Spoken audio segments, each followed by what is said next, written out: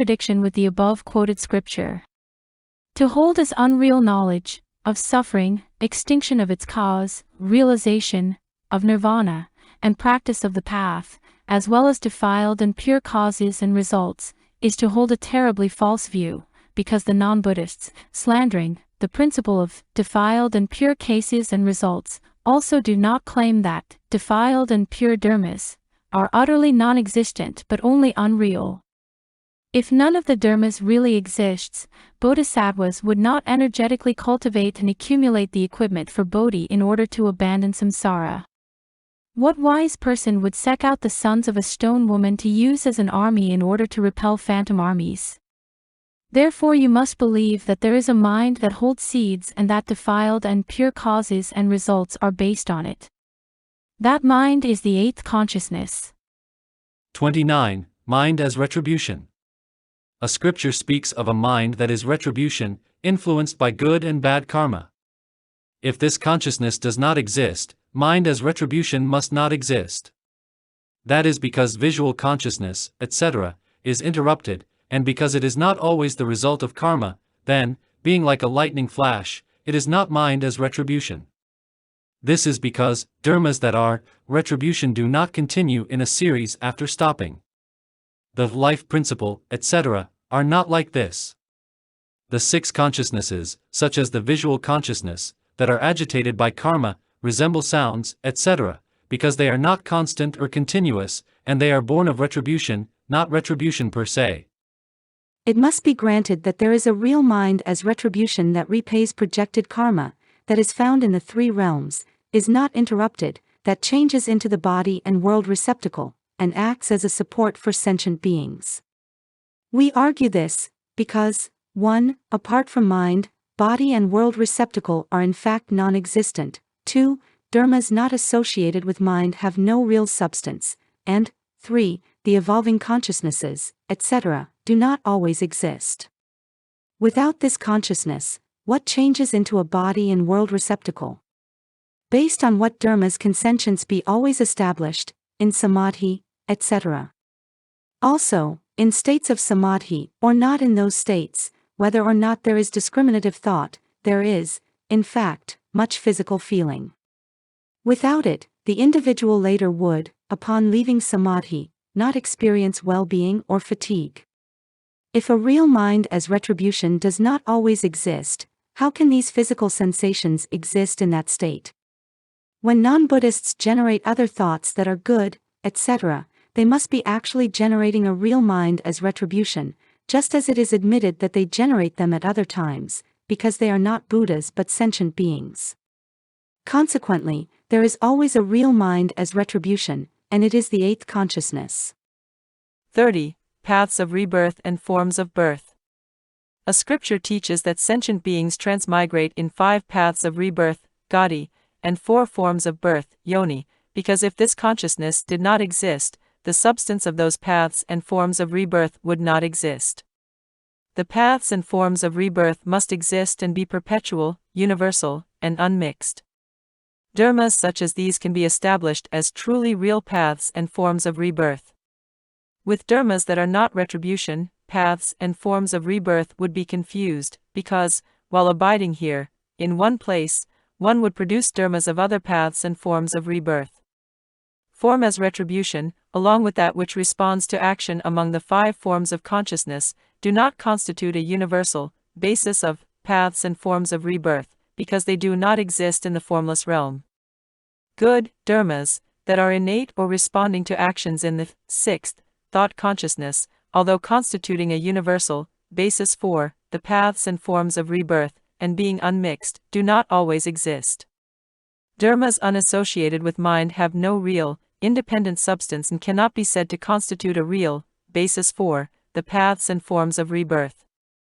Only mind is retribution, and its mental activities are real, constant, universal, and unmixed, and thus the real basis for the paths and forms of rebirth. Without this mind, one born in the formless realm and generating a thought that is good, etc., would not have a path or form of rebirth. If it is admitted that the paths and forms of rebirth comprise all impurities, then one born in the formless realm and generating an impure mind would not have a path or form of birth, and this contradicts reason. We must avoid both the former and the present errors, therefore only the dharma of retribution is the real basis for the paths and forms of rebirth. Therefore the Tathagata is not included in the paths or forms of rebirth, because a Buddha has no indeterminate dharmas as retribution. Nor is he included in the three realms, because he has no impurity, because the world-honored one has abandoned the truths of suffering and its cause, and because he has cut off the seeds of idle discourse, prapankabija.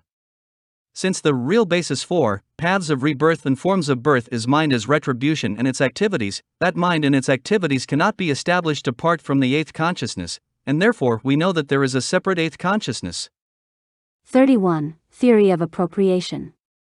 A scripture says that the body provided with organs is appropriated, i.e., grasped and held. If this consciousness did not exist, no appropriator would exist either. That is, only in the present, the five material sense organs and their support are appropriated. This must be the result of a mind that can appropriate them. Even though mind as retribution is attracted by former karma, it is neither good nor bad, it is omnipresent, throughout the three realms, it is of a single species, it is a continuous series, and it appropriates a body provided with organs. The evolving consciousnesses such as visual consciousness do not have these characteristics. This statement means that the evolving consciousnesses such as visual consciousness are not omnipresent, are not a single species, are not a continuous series, and do not appropriate their own internal body provided with organs. It does not mean that the appropriator is nothing but mind as retribution, because it must not be that the material bodies of Buddhas are not appropriated. Impure material bodies are appropriated only by the mind as retribution, hence the statement in the scripture. This means that the evolving consciousnesses appear as a result of present conditions, like sound, wind, etc., and because when they are good, bad, etc., they are not created by karma, like the cessation resulting from the absence of conditions. Because they are born of retribution and not retribution per se, are not universal supports, and do not continue in a series, like lightning flashes, etc., they cannot appropriate an impure material body. The words mind and consciousness include mental activities, because they are definitely associated with the mind, just as the words consciousness only include mental activities. The material organs and dharmas unassociated with mind cannot appropriate a body provided with organs, because, like space, etc., they have no objects. Therefore there must be a separate mind that appropriates, and it is the eighth consciousness. 32. Life, heat, and consciousness. A scripture says that life, heat, and consciousness persist in a series through mutual support. Without this, eighth, consciousness, there would be no consciousness that could hold life and heat and cause them to be always present.